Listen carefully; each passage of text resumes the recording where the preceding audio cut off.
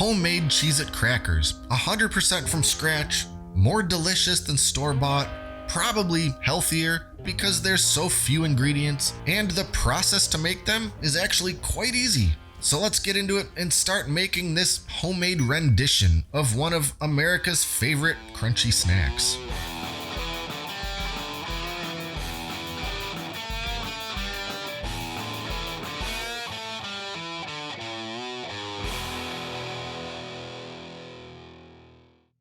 Most of the process for making my homemade Cheez-Its happens in the food processor, and it goes pretty quickly. I need to start off by shredding 8 ounces of sharp cheddar cheese, so of course I'm going to use the grater disc on the food processor. This thing makes insanely quick work of a block of cheese, and my carpal tunnel is very pleased that I'm not grating it all by hand.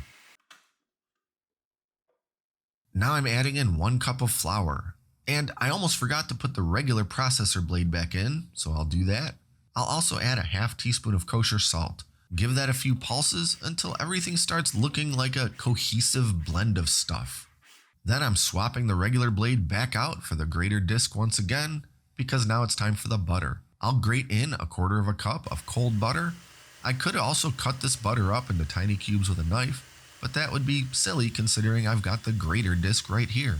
And back to the regular blade once again, and I'll pulse everything a few times until once again everything looks nicely incorporated.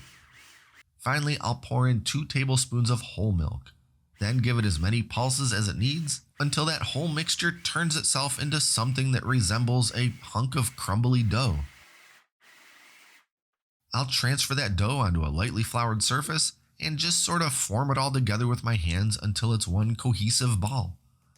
Now I'm busting out the rolling pin, and I think you know what happens next. My aim is to roll this dough out as thinly as possible while still being able to move it without tearing it apart. The thinner you can roll it, the crispier your final product will be. Next, I'll get that sheet of dough transferred over to a piece of parchment paper. I'll give it just a couple more rolls, and now it's time to cut. I'm using a ravioli style pastry cutter for this because it gives me these fancy rippled edges, but you can use anything, a pizza cutter, a knife, whatever. And I'm basically just eyeballing the size here.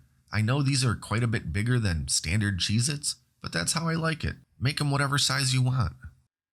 Now I'm using the back of a chopstick to press a single hole in the center of each cracker. Is this necessary for the baking process, or is it just cosmetic? I don't really know, but I'm making bootleg Cheez-Its here, so I'm gonna make them resemble Cheez-Its. I'll slide that whole thing onto a baking sheet. Finally, a sprinkling of coarse kosher salt. Use as much or as little as you want. And it's going into a 325-degree oven for the next 25 to 30 minutes. Once they're looking nice and toasty, I'll take them out of the oven and leave them alone to cool. And once they have, it's finally time to give them a taste.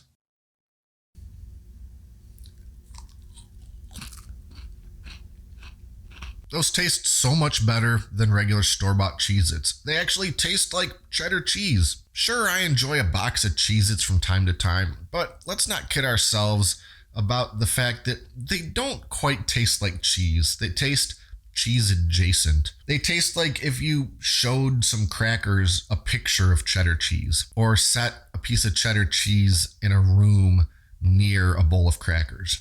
These things actually taste like cheddar cheese, and they are extremely tasty. And while I've made classic cheddar Cheez-Its before, in the same way that I just did here, I've been wanting to try a different variation of this with different types of cheese. And it just so happens that I have some Swiss and Gruyere cheese on hand. So I'm gonna mix those together and make a Swiss Gruyere version of the Cheez-It. And I'll do it in the exact same way that I made this cheddar cheese version. I'll shred up 4 ounces of Swiss cheese and 4 ounces of Gruyere cheese, then add my flour and salt, pulse it a few times, shred in the butter, pulse it a few more times, add in the milk, keep blending until a dough starts coming together, turn it out on the counter, form it all together, roll it out into a thin sheet, and this time I'm going to put it on the parchment paper a little sooner, which I think will let me roll it out a little thinner since I don't have to worry about transferring it from the cutting board to the sheet pan if it's already on the paper. Trim the edges, cut it all into some smaller squares, poke a hole in the center of each one, slide the whole thing onto a sheet tray, bake it at 325 for about 30 minutes, and there we have it.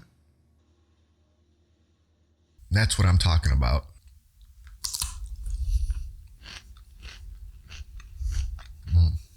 That's actually really tasty, and in fact, I think I might like it better than the original cheddar version. Anyway, regardless of the kind of cheese that you're going to use, cheddar, Swiss, or something else, they're pretty easy and kind of fun to make, so there's really no reason not to if you enjoy a Cheez-It. And something I particularly like about the homemade ones is actually a byproduct of something I'm not very good at, and that's rolling out dough of any sort. And what I mean by that is my sheet of rolled out dough wasn't perfectly consistent in thickness across the whole thing. I just don't have a knack for perfect dough rolling. I don't know. But what that means is that some of my Cheez-Its end up a little thinner and crispier, and some of my Cheez-Its end up just a little bit thicker and fluffier and almost a little chewy in the center. So when I've got a whole bowl of them to go through, it's almost like a little variety grab bag of different textures, depending on the thickness of the cracker in question.